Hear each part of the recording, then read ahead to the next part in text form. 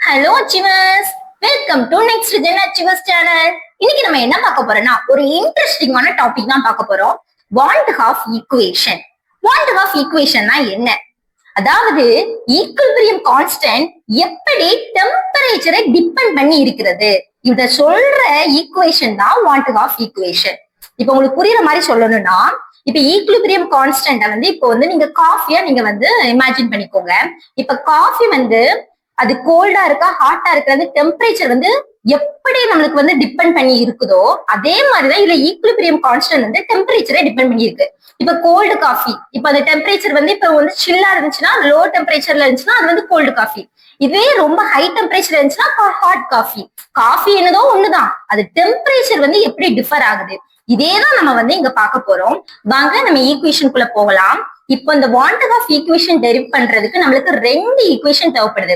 இது தெர்மோடைனமிக்ல இருந்து நம்ம எடுக்கிறோம். ஃபர்ஸ்ட் ஈக்குவேஷன் எதோட ரிலேஷன் பிட்வீனா இருக்கும் அப்படின்னா, ஸ்டாண்டர்ட் ஃப்ரீ எனர்ஜி சேஞ்சுக்கும் ஈக்குலிபிரியம் கான்ஸ்டன்ட்டுக்கும் ரிலேஷனா இருக்கும். இப்ப பாருங்க, டெல்டா ஜி நாட்ங்கிறது என்னது, நம்மளுக்கு standard free energy change. Equilibrium constant என்னது, கே. ஈக்குலிபிரியம் கான்ஸ்டன்ட் நம்மளுக்கு என்னது, கே. சோ இது ரெண்டுக்கும் ரிலேஷனா இருக்கிற ஒரு ஈக்குவேஷன் எடுத்திருக்கோம். அடுத்து இன்னொன்னு தெர்மோடைனமிக்ஸ் இன்னொரு ஒரு ஈக்குவேஷன் எடுக்கணும்னு சொன்னல, அது எதுக்கோட ரிலேஷன் அப்படின்னு பார்த்தோம்னா, என்தால்பிக்கும் என்ட்ரோபிக்கும் இருக்கிற ரிலேஷன் தான். சோ என்ன இருக்கு, delta G nought is equal delta H not minus T delta S nought. Enthalpy இது entropy.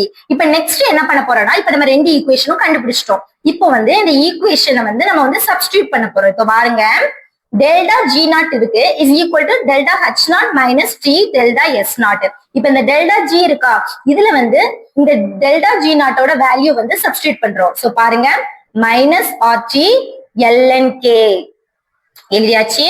So delta H not minus T delta S naught அதுவும் நம்ம சப்ஸ்டிடியூட் பண்ணிட்டோம். பாத்துக்கோங்க, ஃபர்ஸ்ட் ஈக்குவேஷன்ல நம்ம இங்க சப்ஸ்டிடியூட் பண்ணிருக்கோம். இப்ப அடுத்து என்ன பண்ண போறோம்னா, இந்த எல்என் கேவை நம்ம தனியா எடுத்து எழுத போறோம். சோ எல்என் கேவை நான் தனியா எடுத்துட்டேன். இந்த மைனஸ் ஆர்டி இருக்குல்ல, இந்த ரெண்டு டேர்முக்குமே இது எப்படி காமனா இருக்கு, இது மல்டிபிளிகேஷன்ல இருக்கு. சோ இங்க வரும்போது என்னதாயிடுது, டிவிஷன் ஆயிட்டு. So delta H naught by minus RT, என்ன சிம்பிள் இருக்குங்க, மைனஸ் இருக்கு. சோ போட்டாச்சு. டி டெல்டா எஸ் நாட், இங்க மல்டிபிளிகேஷன் இருக்கு, இது ரெண்டுக்குமே காமன், ரெண்டு டேர்முக்குமே காமன் சொல்லியிருந்தா சோ நம்ம இங்க போட்டாச்சு. So by minus RT. இப்போ இத நம்ம எப்படி எழுதலாம்னு பாருங்க. எல்என்கே இஸ் ஈக்குவல் டு, இந்த மைனஸ் காமன் தானே, சோ நான் மைனஸ் டெல்டா ஹெச் நாட் போட்டுட்டேன் பை ஆர்டி, ரெண்டுக்கும் பொதுவா நான் மைனஸ் போட்டுட்டேன். இப்ப பாருங்க, இங்க டி இருக்கு, இங்க டி இருக்கு, இதை என்ன பண்ணலாம், நம்ம கேன்சல் பண்ணிடலாம். இப்ப மைனஸ் இருக்கு, மைனஸ் இருக்கு. சோ மைனஸ் இன்டு மைனஸ் என்னது, நம்மளுக்கு பிளஸ். பிளஸ் சிம்பிள் போட்டாச்சு, டெல்டா எஸ் நாட் போட்டாச்சு, பை ஆர் போட்டாச்சு. இதுதான் நம்மளுக்கு ஈக்குவேஷன் 3. இப்போ இதை வச்சுதான் நம்ம என்ன பண்ண போறோமா, டிஃபரன்ஷியல் பண்ணணும், அதுக்கப்புறம் இன்டிகிரேட்டட் எடுக்கணும். இன்னும் ரெண்டு ஈக்குவேஷன் நம்ம கண்டுபிடிக்கணும். இப்ப வாங்க நம்ம ஃபர்ஸ்ட் டிஃபரன்ஷியல் ஃபார்ம் எப்படி கண்டுபிடிக்கலாம்னு பார்ப்போம். Differential form of van't Hoff equation. இப்ப லாஸ்ட் நம்ம கண்டுபிடிச்சோம்ல, அந்த ஈக்குவேஷனை நான் ஃபர்ஸ்ட் எழுதியிருக்கேன், அதுதான் equation 3. So lnk is equal to minus delta H naught by RT plus delta S naught by R. இது நம்ம தேர்ட் ஈக்குவேஷனா கன்சிடர் பண்ணியிருந்தோம். இந்த differentiating equation 3 with respect to டெம்பரேச்சர்னு சொல்லியிருக்காங்க. சோ நம்ம இந்த ஈக்குவேஷனை என்ன பண்ண போறோம், டிஃபரன்ஷியேட் பண்ண போறோம். டிஃபரன்ஷியேட் எதை வச்சு பண்ண போறோம், டெம்பரேச்சர். ரொம்ப இம்பார்ட்டன்டான வேர்ட் என்னது, டெம்பரேச்சர். இப்ப வாங்க நம்ம டிஃபரன்ஷியேட் எப்படி பண்ணலாம்னு பார்ப்போம். சோ டிஃபரன்ஷியேட்டுக்கு நமக்கு சிம்பிள் என்ன போடுவோம், டி போடுவோம். சோ டி போட்டுட்டு எல்என்கே அப்படியே போட்டாச்சு. இப்போ நம்ம எது நம்ம டிஃபரன்ஷியேட் பண்ணணும்னு சொல்லியிருந்தோம், டெம்பரேச்சர். சோ டி டிஃபரன்ஷியேட் என்ன பண்ண போறோம், டெம்பரேச்சர் இஸ் ஈக்குவல் டு, இங்க நமக்கு என்ன டேர்ம் கொடுத்திருக்காங்க, minus delta H naught by RT கொடுத்திருக்காங்க, plus delta S naught by R கொடுத்திருக்காங்க. இப்ப கான்ஸ்டன்ட் வேல்யூலாம் நம்ம வெளியே எடுத்துடலாம். இப்ப கான்ஸ்டன்ட் வேல்யூல என்னெல்லாம் இருக்கு, டெல்டா ஹெச் இருக்கு, ஆர் இருக்கு, டெல்டா எஸ் இருக்கு, ஆர் இருக்கு. இவங்கெல்லாம் நம்மளுக்கு நீட் இல்ல. இப்ப நம்ம யாருக்கு எடுக்கணும் டிஃபரன்ஷியேட் சொல்லியிருந்தோம், டெம்பரேச்சருக்கு தான் சொல்லியிருந்தோம். சோ இந்த minus delta H naught by ஆரை நான் வெளியே எடுத்துடுறேன். இப்ப நான் யாருக்கு டிஃபரன்ஷியேட் பண்ணணும்னு சொல்லியிருந்தேன், டெம்பரேச்சருக்கு. சோ டிஃபரன்ஷியேட்டட் என்ன எடுக்க போறேன், 1 பை, இல்ல மேல ஒண்ணுமே இல்ல, சோ 1 பை டி இருக்கிறதா நான் கன்சிடர் பண்ணிக்கிறேன். இப்ப இதுக்குதான் நான் என்ன பண்ண போறேன், டிஃபரன்ஷியேட் பண்ண போறேன். இப்ப என்ன டிஃபரன்ஷியேட் பண்ண வேண்டியது என்ன டேர்ம்? டெம்பரேச்சர் தான். சோ எப்படி டிஃபரன்ஷியேட் பண்ணணும்? நார்மலா டிஃபரன்ஷியேட் எப்படி பண்ணணும்? அதுக்கு ஒரு ஃபார்முலா இருக்கு, எக்ஸ் பவர் என். ஓகேவா? எக்ஸ் பவர் என் வச்சுதான் நம்ம வந்து ஒரு ஃபார்முலால நம்ம வந்து இதை வந்து சப்ஸ்டியூட் பண்ண போறோம். சோ ரொம்ப கவனமா கேட்டுக்கோங்க. சோ ஃபர்ஸ்ட் என்னது? பவர்ல இருக்கிறத எழுதியாச்சு, அதுக்கு கீழே இருக்கிறத பக்கத்துல போட்டாச்சு, அதுக்கப்புறம் பவர்ல இருக்கிறத n மைனஸ் ஒன்னு போட்டாச்சு. இப்ப இது வந்து நம்மளுக்கு ஃபார்முலா, இது வந்து காமன் ஃபார்முலா இப்போ நம்மளுக்கு. ஆனா நம்ம இப்ப என்ன கண்டுபிடிக்கணும்? 1/t தான் டிஃபரன்ஷியேட் கண்டுபிடிக்கணும். சோ 1/t நான் எடுத்துட்டேன். 1/t நம்ம எப்படி எழுதலாம்? t பவர் மைனஸ் ஒன்னு எழுதலாமா? இந்த டேர்ம் இப்படி மாறும்ல. சரி, இப்போ இப்படி நம்ம போட்டாதான் நம்ம வந்து இந்த ஃபார்முலாக்குள்ள நம்ம வந்து சப்ஸ்டியூட் பண்ண முடியும். அதனாலதான் நான் இப்படி எழுதியிருக்கேன். அப்ப எக்ஸ்ங்கிறது வேல்யூ இங்க என்னது? டி. என்னங்கிறது என்னது? -1. ஃபர்ஸ்ட் நான் என்ன சொன்னா பவர்ல இருக்கிறத முதல்ல எழுத சொன்னேன். சோ பவர்ல என்ன இருக்கு? -1 இருக்கு. சோ -1 போட்டுட்டேன். கீழே என்ன இருக்கு? டி இருக்கு. அப்ப அதை பக்கத்துல போடணும்னு சொன்னா போட்டாச்சு. அடுத்து நான் என்ன சொன்னேன்? பவர்ல இருக்கிறத -1 பண்ணணும்னு சொன்னேன். பவர்ல என்ன இருக்கு? -1 தான் இருக்கு. சோ ஆல்ரெடி -1 இருக்கு, அதையும் -1 தான் பண்ண சொன்னேன். சோ -1. சோ -1t வந்து நம்ம என்ன டேர்ம் அதை வந்து கன்சிடர் பண்ணலாம்? -t கன்சிடர் பண்ணலாம். இப்ப மைனஸ் மைனஸ் இருக்கு. அப்ப என்ன பண்ணணும்? இந்த ரெண்டையும் ஆட் பண்ணிட்டு பெரிய நம்பருக்குள்ள சைனா போடணும். சோ 1 + 1 2. அப்ப பெரிய நம்பருக்குள்ள சைன் என்னது? மைனஸ் போட்டாச்சு. இப்ப வாங்க, நம்மளுக்கு என்ன சைன் இருக்கு? மைனஸ் இருக்கு, போட்டாச்சு. இப்போ இதை வந்து 1/t இந்த பிராக்ஷன் சிம்பிளுக்கு நம்ம மாத்தணும். சோ இதை நம்ம இப்படி செய்யலாமா? 1/t² எழுதலாமா? சோ நான் அதை வந்து எப்படி எழுதிட்டேன்? -1/t² எழுதிட்டேன். So d/d is equal 1/t வந்து நான் எப்படி எடுத்திருக்கேன்? டிஃபரன்ஷியேட் என்ன பண்ணிருக்கேன்? எனக்கு என்ன ஆன்சர் வந்திருக்கு? -1/t². இப்ப நீங்க கவனமா கவனிக்கணும். இப்போ இந்த டிஃபரன்ஷியேட் பண்ணணும், இப்படிதானே? அதை அப்படி அந்த டேர்ம் நீங்க அப்படியே எழுதிருங்க. dlnk/dt அப்படியே எழுதிருங்க. இப்ப -Δh0/r இருக்கு. இதுல ஒரு மைனஸ் இருக்கு, இங்க ஒரு மைனஸ் இருக்கு. இந்த மைனஸும் மைனஸ் இப்ப என்னதான் ஆயிருது? பிளஸ் ஆயிருது. சோ பிளஸ் Δh0/r இருக்கு. இப்ப நமக்கு இங்க என்ன ஆன்சர் இருக்கு? t² இருக்கு. சோ இந்த டேர்ம் நம்ம என்ன கண்டுபிடிச்சிருக்கோம்? 1/t² கண்டுபிடிச்சிருக்கோம். சோ நான் அப்படியே என்ன பண்ணிட்டேன்? சப்ஸ்டிடியூட் பண்ணிட்டேன். அவ்வளவுதான். இந்த ஈக்குவேஷன் தான் differential form of van't Hoff equation.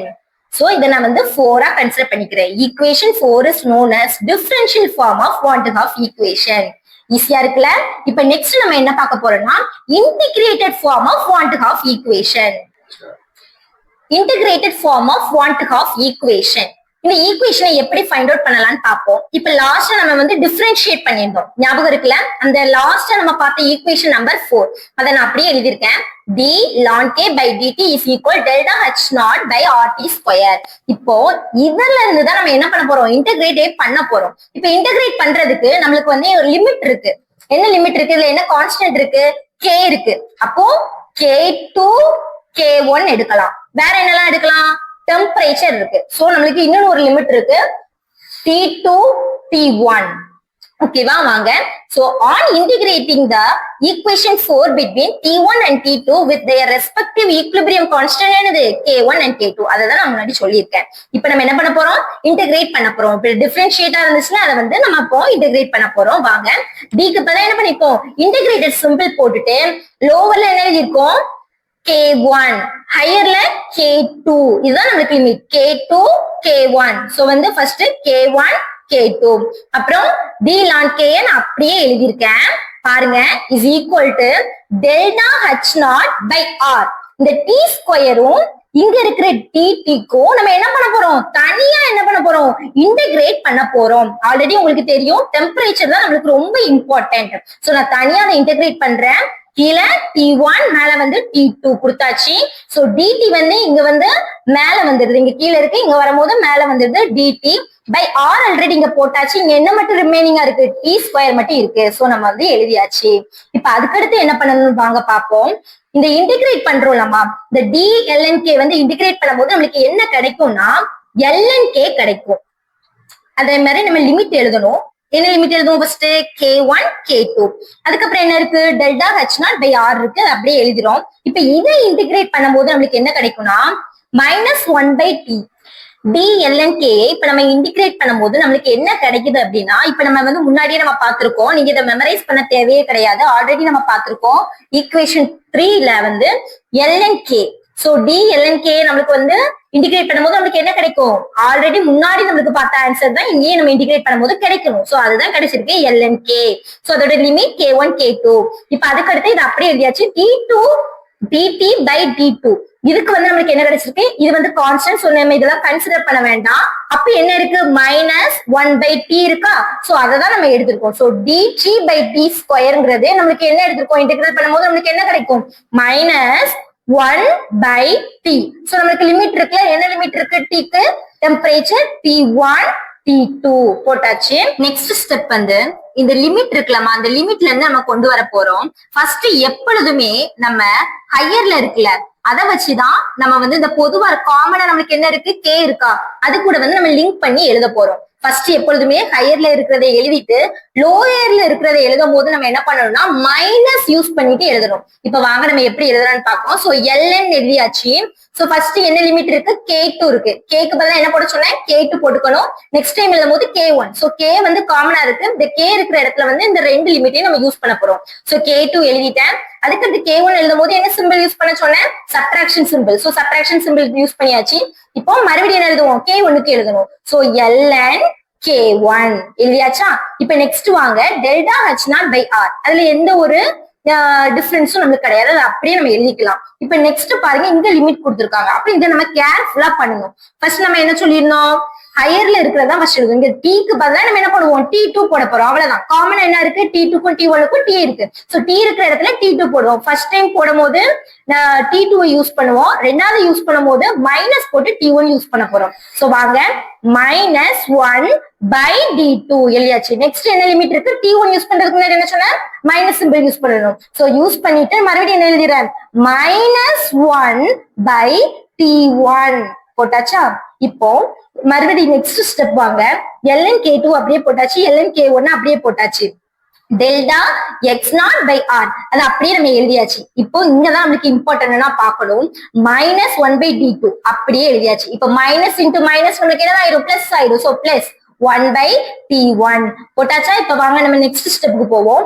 LNK2 minus LNK1 அது அப்படியே நம்ம போட்டாச்சு is equal to delta X0 by R. இதையும் நம்ம யூஸ் பண்ணியாச்சு. நெக்ஸ்ட் இப்போ மைனஸ் பிளஸ் இருக்கு. இப்போ எனக்கு ஃபர்ஸ்ட் பிளஸ் தான் இருக்கணும். சோ நான் வந்து நம்ம என்ன இருக்கு? இந்த டேர்மை நான் வந்து முன்னாடி கொண்டு வரேன். So 1 by T1 minus 1 by D2 எழுதியாச்சு. இப்ப நெக்ஸ்ட் ஸ்டெப்புக்கு போலாம். LN எடுத்தாச்சு. K2 இது கீழே வரும்போது என்னதாயிரும்? K1 ஆயிரும். இந்த LN-ம் இங்க இருக்கிற LN-ஐயும் நான் என்ன பண்ணிட்டேன்? பொதுவா எடுத்து எழுதிட்டு K2 by K1 எழுதிட்டேன். Is equal to delta H0 by R எழுதியாச்சு. இப்ப வாங்க 1 by T1 minus 1 by T2 போட்டுட்டேன். இப்போ இதை நான் என்ன பண்ணலாம்? கிராஸ் மல்டிப்ளை பண்ண போறேன். சரியா? இப்ப பாருங்க, நான் மைனஸ் பண்ணணும்னா இப்ப எனக்கு வந்து டினாமினேட்டர் எப்படி இருக்கு? டிஃப்ரெண்டா இருக்கு. சோ வந்து நான் கிராஸ் மல்டிப்ளை பண்ணிட்டு நான் எழுத போறேன். சோ இந்த டேர்மை நான் அப்படியே எழுதியிருக்கேன். எழுதிட்டு first 1 T2s are T2 minus 1 T1s are T1.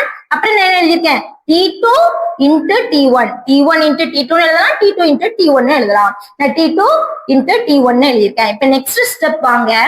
இந்த ln K2 K1 இருக்குல்ல, இப்போ இந்த ln வந்து நான் லாகா மாத்த போறேன். லாகா மாத்தும் போது அதுக்கு முன்னாடி ஒரு வேல்யூ வந்து ஆட் ஆகும். எப்பொழுதுமே நீங்க ln லாகா மாத்தும் போது ஒரு வேல்யூ ஆட் ஆகும். என்னது? 2.303 log. இது அப்படியே நான் எழுதிட்டேன். K delta H0 by R எழுதியாச்சு. இப்போ இந்த டேர்மை நான் என்ன பண்ணிட்டேன்? அப்படியே எழுதிட்டேன். T2 minus T1 by T2 T1. So இதை நான் வந்து அரேஞ்ச் பண்ண போறேன். ஃபர்ஸ்ட் என்ன எழுத போறேன்? log எழுதிக்கிட்டேன். K2 by K1 எழுதிக்கிட்டேன். இந்த டெல்டா H0 by R அப்படியே எழுதிக்கிறேன். ஆனா அதுக்கு முன்னாடி நான் எதை ஆட் பண்றேன்? ஆருக்கு முன்னாடி 2.303 என்ன பண்ணிக்கிட்டேன்? ஆட் பண்ணிட்டேன். ஆட் பண்ணிட்டு இங்க நம்மளுக்கு கொடுத்துருக்க டேர்மா அப்படியே எழுதிட்டேன். இதை வந்து ஈக்குவேஷன் 5 நான் கன்சிடர் பண்ணிக்கிறேன். சோ இந்த ஈக்குவேஷன் 5 தான் என்னது? Integrated form of van't Hoff equation. இந்த வான்ட் ஆஃப் ஈக்குவேஷன் உங்களுக்கு ஏதாவது டவுட் இருந்துச்சுன்னா கீழே கமெண்ட் பாக்ஸ்ல கமெண்ட் பண்ணுங்க. தேங்க்யூ.